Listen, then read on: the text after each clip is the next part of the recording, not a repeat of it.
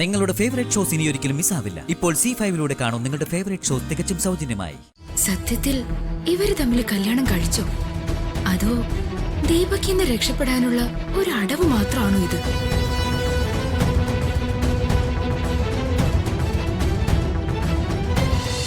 ഒന്നും ഞാൻ കരുതിയ പോലെ ഒരിക്കലും സ്മൂത്ത് ആയിരുന്നില്ല. എന്നോട് ക്ഷമിക്കൂ രാജു.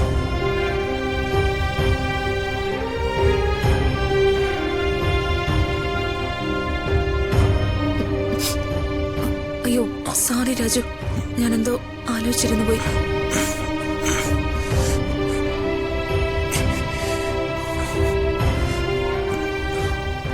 മാഡം ഉറങ്ങുന്നില്ലേ? രാജു ഉറങ്ങിക്കോ. രാജു ഉറങ്ങിക്കഴിഞ്ഞ് ഞാൻ ഉറങ്ങിക്കോളാം. എനിക്ക് കുഴപ്പമൊന്നുമില്ല മാഡം. മാഡം വെറുതെ ടെൻഷൻ ആവണ്ട. മാഡം ഇപ്പോ എന്റെ സംരക്ഷണയില് എന്റെ വീട്ടിലാണല്ലോ ഉള്ളത്. അതുകൊണ്ട് മാഡത്തിന്റെ ആരോഗ്യ എനിക്ക് പ്രധാനം. മനസ്സിലായോ?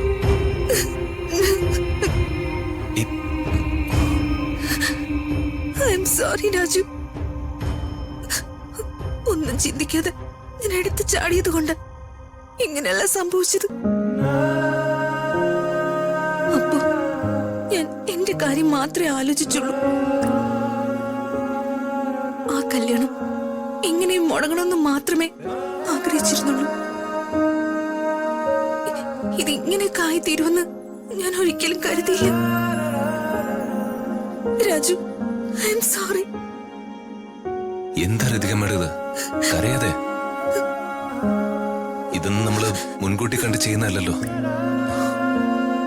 ഓരോ കാര്യങ്ങൾ ചെയ്യുമ്പോ ആ സമയത്ത് അതാണ് ശരി. ആ ചെയ്യുന്ന കാര്യങ്ങൾ തെറ്റാകുമെന്നോ ആ ചെയ്തതിന്റെ പേരില് ഭാവിയിൽ ഓരോ പ്രശ്നങ്ങൾ ഉണ്ടാവുമെന്നോ നമുക്ക് പ്രെഡിക്റ്റ് ചെയ്യാൻ പറ്റില്ലല്ലോ.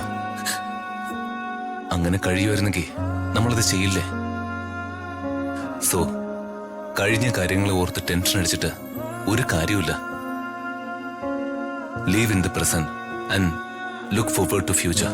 അങ്ങനെയല്ലേ? അതെ. എന്നാലും ദീപക് ഇങ്ങനൊരു കംപ്ലൈന്റ് കൊടുക്കുമെന്ന് ഞാൻ അറിഞ്ഞിരുന്നില്ല. എനിക്ക് വേണ്ടി രാജുവിന് ഒരുപാട് ശരീരം വേദനിക്കേണ്ടി വന്നു. ഞാൻ കാരണം രാജുവിന്റെ ജോലി നഷ്ടമായി, ഈ വീടിന്റെ സന്തോഷം നഷ്ടമായി. വല്ലാത്തൊരു ജന്മ രാജു എന്റേത്. ഞാൻ സ്നേഹിക്കുന്നവരെ അറിഞ്ഞോ അറിയാതെയോ ഞാൻ തന്നെ വേദനിപ്പിച്ചുകൊണ്ടിരിക്കുന്നു. അച്ഛനെ, രാജുവിനെ, രണ്ടുപേർക്കും വേദനയും സങ്കടവും മാത്രം ഞാൻ തന്നുകൊണ്ടിരിക്കുന്നു. അമ്മ ഉണ്ടായിരുന്നെങ്കിൽ അമ്മയ്ക്ക് ഇതേ ഗതി തന്നെ ആവുമായിരുന്നു. അങ്ങനത്തെ ശാപം പിടിച്ചൊരു ജന്മം എന്റെ. ഞാൻ ഇനിയും രാജുവിന്റെ കൂടെ നിന്ന് രാജുവിനും എല്ലാവർക്കും അതൊരു ബാധ്യതയാകും. അതുകൊണ്ട് ഞാൻ എത്രയും പെട്ടെന്ന് തന്നെ പൊയ്ക്കോളാം.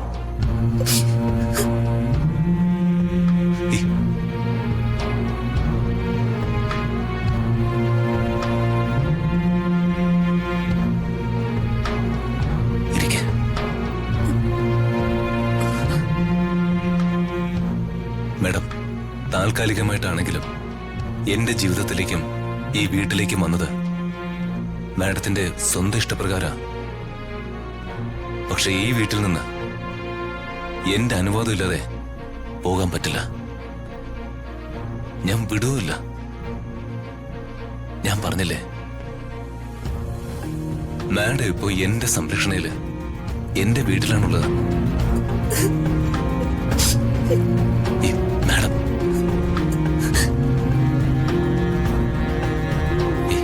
ഇനി ഒരിക്കലും ഈ കണ്ണുകൾ നിറയരുത്. എപ്പോഴും സന്തോഷമായിട്ടിരിക്കണം. ആ സന്തോഷം കാണുന്നതാ എന്റെ സന്തോഷം. മാഡം ഇവിടെ കിടന്നോ?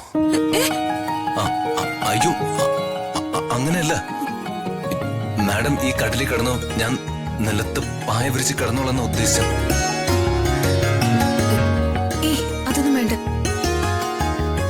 രാജു തന്നെ ഇവിടെ കിടന്നാൽ മതി. ഞാൻ നിലത്ത് കിടന്നോളാം. ഞാൻ പറഞ്ഞു മാഡം എന്റെ സംരക്ഷണയിലാണ് ഈ വീട്ടിലുള്ളതെന്ന്. സോ മാഡത്തിന്റെ സംരക്ഷണം എന്റെ കടമയാണ്. അതുകൊണ്ട് മാഡം കട്ടിലിൽ കിടന്നാൽ മതി. പറ്റില്ല. രാജു എന്റെ കാര്യത്തിൽ എത്രത്തോളം കെയർ ചെയ്യുന്നു അതിന്റെ 10-1 അംശമെങ്കിലും ഞാനും ചെയ്യണ്ടേ? Show madam. അതുകൊണ്ട് രാജു കട്ടിലിൽ, ഞാൻ നിലത്ത്. ഓക്കെ?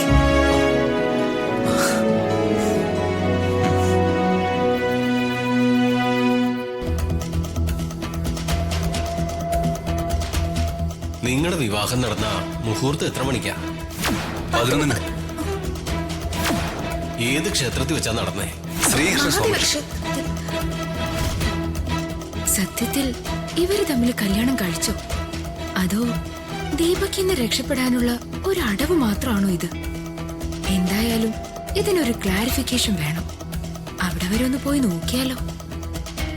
പോയി നോക്കാം.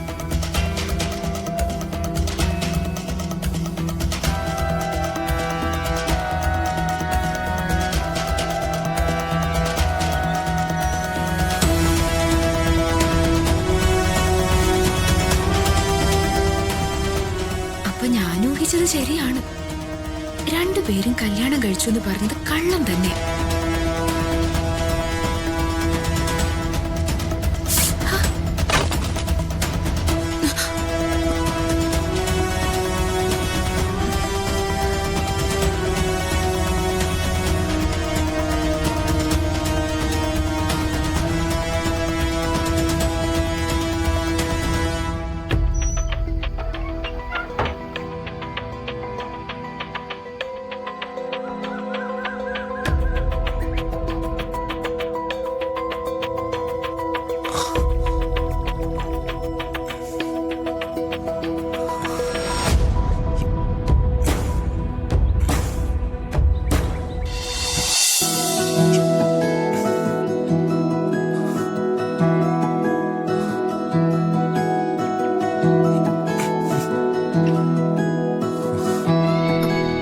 രാജു,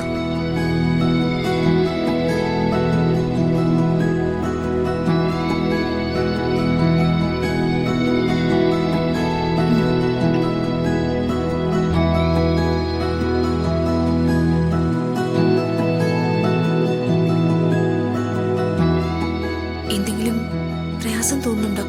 ഏയ് ഒന്നുമില്ല, ഞാൻ ഓക്കെയാണ്. കോഫി കുടിച്ചിരുന്നോ? ഞാനും കൂടി അടുക്കളയിലോട്ട് ചെല്ലട്ടെ. ഡൗൺലോഡ് ചെയ്യൂ C5 ആപ്പ്. കാണൂ എല്ലാ എപ്പിസോഡുകളും സൗജന്യമായി.